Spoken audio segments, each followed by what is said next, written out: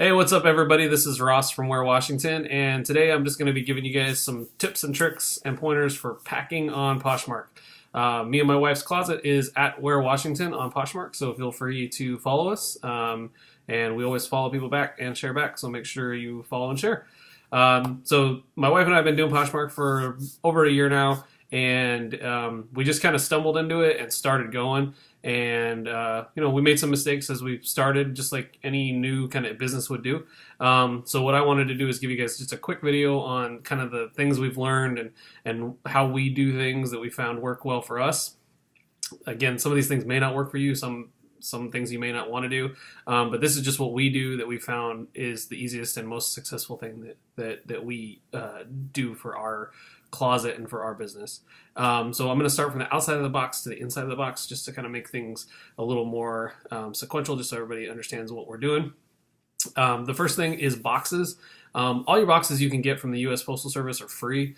You have a couple options. You can pick them up at the post office, but we found that not all the sizes that we want to use are available all the time at the post office. Or you can do what we do, which is order them off USPS, and you can order hundreds of boxes at a time. We usually order about 200 boxes at a time. And there are we've kind of experimented with different size boxes and different shape boxes and all sorts of things, and we've narrowed it down to 3 boxes that we use all the time. There has not been a situation where we have used a box other than these 3.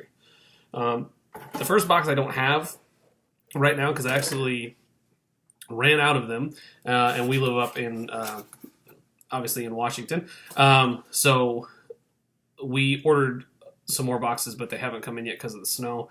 So the first box is called a Regional Rate A box. It's basically, if you think about like a smaller kid's size shoebox, is about the size that it is. It is good for pretty much everything from pair of shoes to shirts, sweaters, dresses, skirts, athletic wear, smaller handbags, this sort of thing. And it really is just kind of a catch-all for us. It's a good-sized box. It's not too big, not too small. Because I think that a lot of times, if you use a box that's too big, the stuff slides around inside of it, and it just, when people pick it up, it feels kind of weird. And then if it's too small, obviously you're like scrunching things up in there, and it can wrinkle things, or just kind of not a great presentation. The second box we use is called a mailing box. This is important because it is not to be confused with a small flat rate box. Small flat rate boxes are actually smaller than this, to the point where they're, in my opinion, not really usable unless you're shipping something like a bra. So it's about 2 inches wide at the thick, probably about 6 by 8 on the outside. So this box is good for things like tank tops, small shirts, small skirts, single items that people want to buy, because you can just kind of slip it inside and drop it in the box. It's super easy. So mailing box. Do not buy small flat rate boxes. The last box that we use, and I take back what I said earlier. There was one time where we had somebody buy like 9 items from us, and we had to go get a different box. But 1 out of 800 times we've used a different box. This is a medium flat rate box. This is what you want to use for a bigger jacket, bigger purse, boots, multiple items, that sort of thing. So the medium flat rate boxes. This is the box that you can most likely pick up at a post office. But again, you can order these to kind of save yourself some time and make sure you get enough. The post office cannot tell you not to take as many as you want. However, I've been harassed by postal service employees before where they're like, "Why are you taking all my medium boxes?" And I'm like, "Well, I have a home business and I need them." And they're like, "We'll share for everybody, but just order them, save yourself time. Again, give yourself a couple weeks to get your boxes. But these are the 3 you want to use." The next thing on the outside of the box is going to be your tape. Now, I will warn you, the tape that I use is extremely hard to get. I have 4 post offices between me, my wife's work, my work, and our house. And there's 1 post office that I can get this stuff from. And at that post office, there's maybe 2 people that'll give it to me. The rest of the people won't. They'll tell you that they're not supposed to give it to you. But it is priority mail tape. It is packing tape. It just says USPS.com. This tape is intended for use for priority mailboxes only. So again, if you're using a priority mailbox, you can use priority tape. It does not look pretty. This is what it looks like on a box. But the tape on the outside of the box, in my opinion, is not, as long as it's not like 8 different layers of duct tape, I think it doesn't really matter. People just want their stuff protected from the elements. So this will do that. The other thing you definitely want to buy is a tape gun. You can get these on Amazon, and I'll put descriptions for everything below. But again, if you can get cozy with a USPS employee, this will save you a lot of money.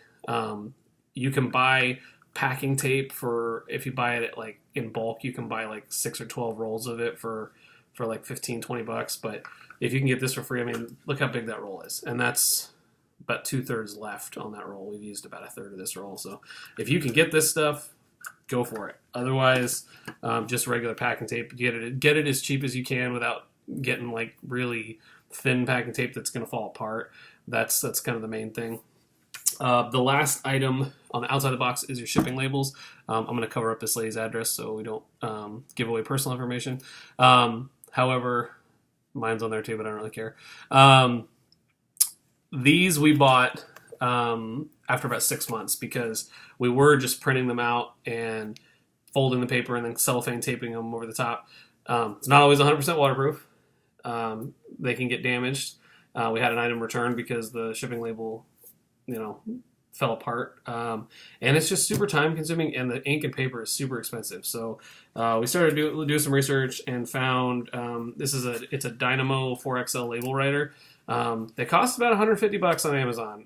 It's probably the most expensive thing we've purchased for our closet since we started. But it's super easy. You just peel it off, stick it on, and it's done. There's no ink. It's a thermal printer.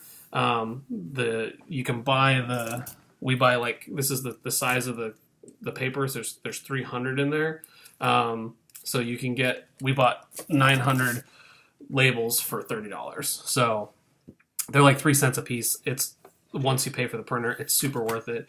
The other thing that it allows you to do that we do that I highly recommend, is once you come up with whatever organizational method you're going to use, we number all of our items.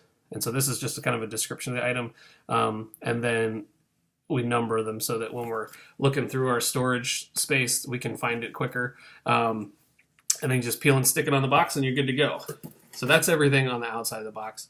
On the inside of the box, this is where there's a lot of difference. And we've purchased on Poshmark. I actually purchased this sweater. I live in Seattle and I went to Texas A&M, so I bought this on Amazon or on Poshmark. Really happy with it.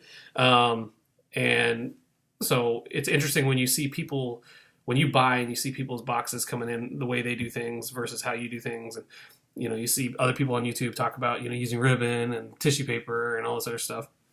We do not use tissue paper anymore because we found that if water does get into the packaging and you're shipping like across country or from a rainy area like where we live to somewhere like Arizona, the tissue paper rots and it kind of smells funky. Not bad, but it just smells funky. We had a couple people say some things to us and we're like, okay, let's not use tissue paper anymore.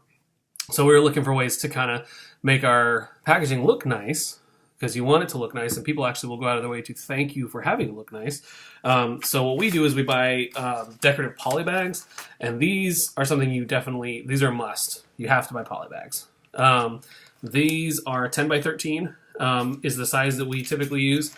This will pretty much cover 99% of stuff. There's one size bigger that I actually am waiting on. So if you're selling like big jackets or big boots or something like that, you want to get the bigger size. I think it's like 18 by 12 or something like that. But this is a 10 by 13. And so my wife just bought these. So if you order from us in the next month or two, you're going to get this decorative bag. She just wanted to get something springy. So it's got hearts for Valentine's Day and bunnies and flowers for the spring. So I let her pick these out. I'm not involved in that process at all. But they're just self-adhesive. You just peel off the foil here and then fold it over once the item's inside. And you can actually, if it's a small shirt, you can kind of fold it like this in half. So It's not perfect, but you fold it in half like that, and it fits in a smaller box. And what this does is it's a couple things. It's waterproof, and it looks nice. So when people open their box, you know, you're opening a plain white box. You open it, and inside you see this. So it's a lot nicer presentation, and people tend to react well to having nice, clean, attractive packaging. So that's what we recommend you get. We'll put a link to a couple different ones that we've used in there. The next thing is our thank you cards. A lot of people will tell you handwritten thank you cards are the way to go. Handwritten thank you cards are the way to go.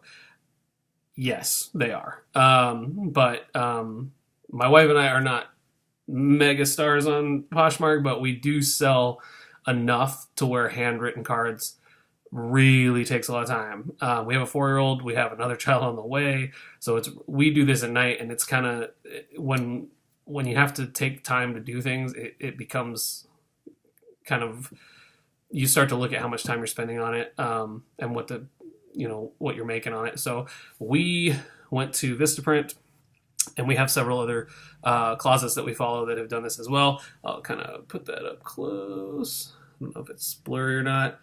So basically, it's just decorative, and it says, "Thank you for shopping our closet. Hope you enjoy your item." It has a link to our closet, and then it says, "Please come back and shop again soon." We've actually had people, we've tracked these, and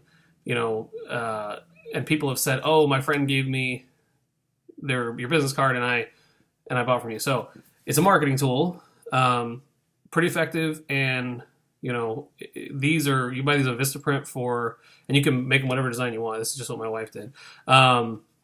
You can get like 500 of these for like $12. So super affordable. And then we also will put in like a trinket. So right now, I didn't bring them down, but they don't have St. Patrick's Day pencils, at least where I was shopping. So we got buttons. So if you buy anything from us between now and March 17th, you'll get a St. Patrick's Day button. Otherwise, after that, we got some spring and Easter themed pencils.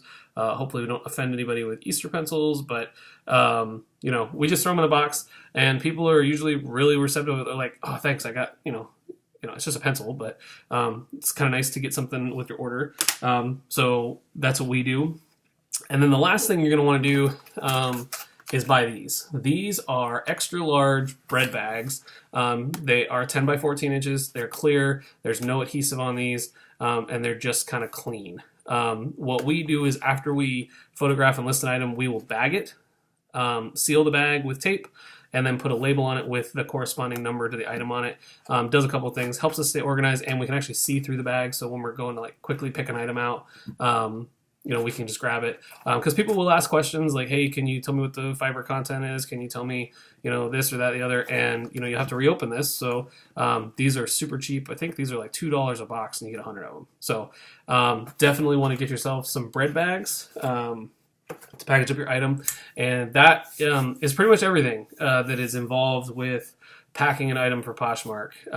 Again, I think the main thing with packing is you want to be consistent with it. You want to make sure that you have a system that works for you. This is everything I've gone over is kind of what we do and what works for us, and kind of stick to it. Don't be afraid to experiment, though. Like I said, we were bummed that we couldn't get St. Patrick's Day pencils, and we didn't really want to spend tons and tons of money going to find something else, because we try to keep it seasonal too. But we found those buttons, and we'll see. I've only shipped about 4 or 5 of them out in the last couple of days. Since the 15th so in the last 2 days, I've sent out like 4. So again, try new things, but find a system that works for you. And if you have any questions, please drop them down in the comment section below, and I will answer them. Feel free to follow us. If you're new to Poshmark, you can use our referral code, which is just Where Washington. And if you want a particular topic discussed next time, just drop it down below, and I will look at those and come up with my next couple of videos. Thanks, guys.